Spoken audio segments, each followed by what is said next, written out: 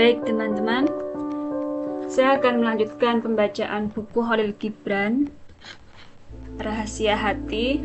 Telah sampai pada bagian yang ke-5, di balik pakaian.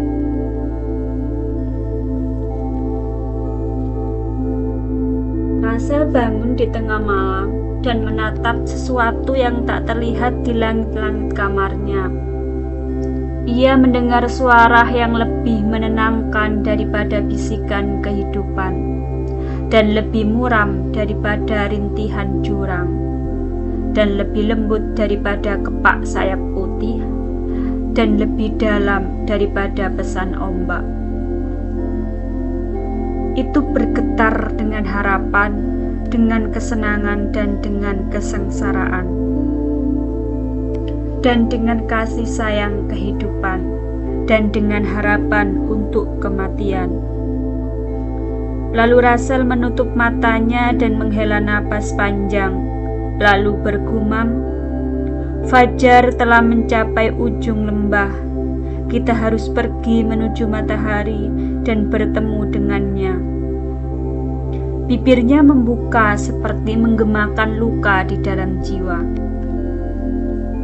Saat itu pendeta mendekati ranjangnya dan menyentuh tangannya, namun merasakan tangan itu dingin bagai salju.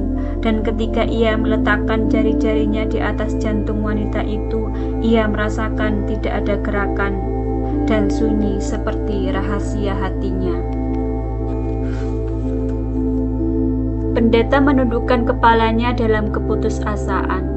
Bibirnya bergetar seolah-olah ingin mengucapkan kata ketuhanan, diulang oleh hantu malam di kejauhan dan di lembah yang terbengkalai. Setelah menyilangkan tangannya di dada, pendeta melihat seorang pria duduk di sudut gelap ruangan, dan dengan suara baik yang menyayang, ia berkata, "Kekasihku telah mencapai lingkaran cahaya. Ayo, saudaraku.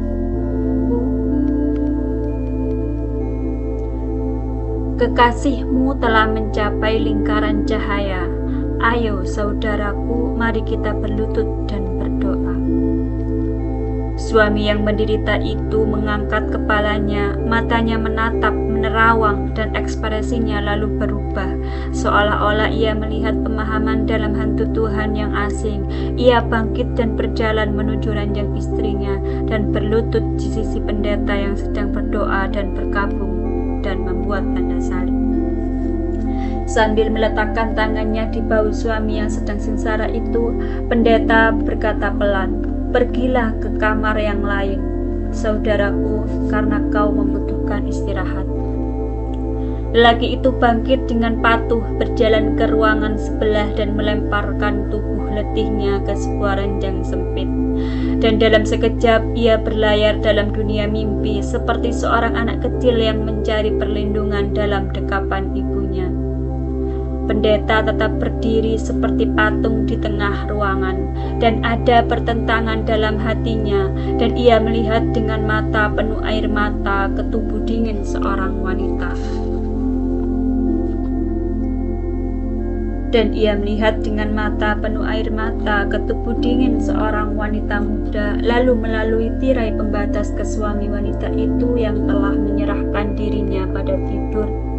1 jam lebih lama daripada satu masa dan lebih mengerikan daripada kematian telah berlalu, dan pendeta masih berdiri antara dua jiwa yang terpisah.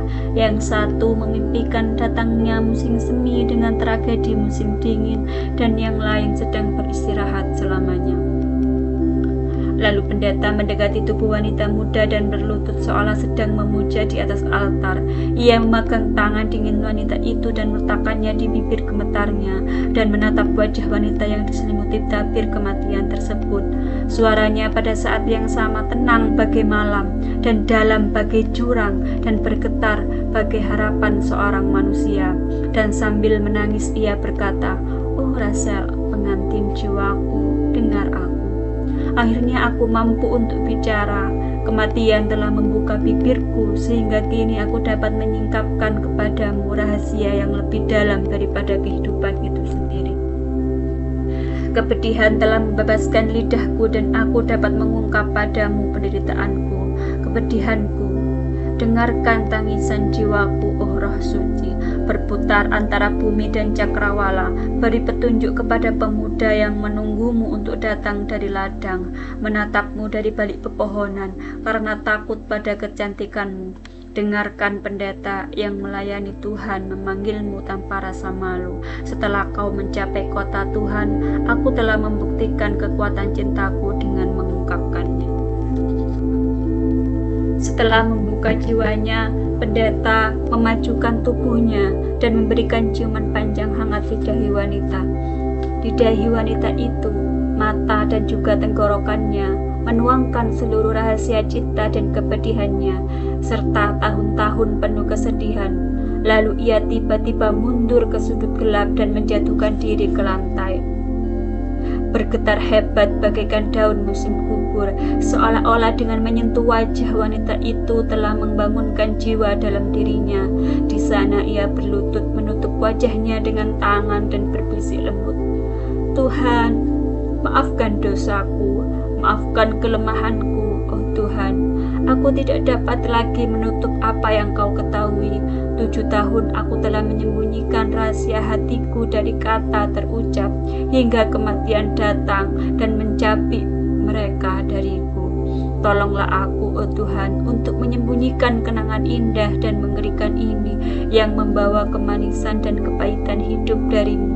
Maafkan aku, Tuhanku, dan maafkan kelemahanku."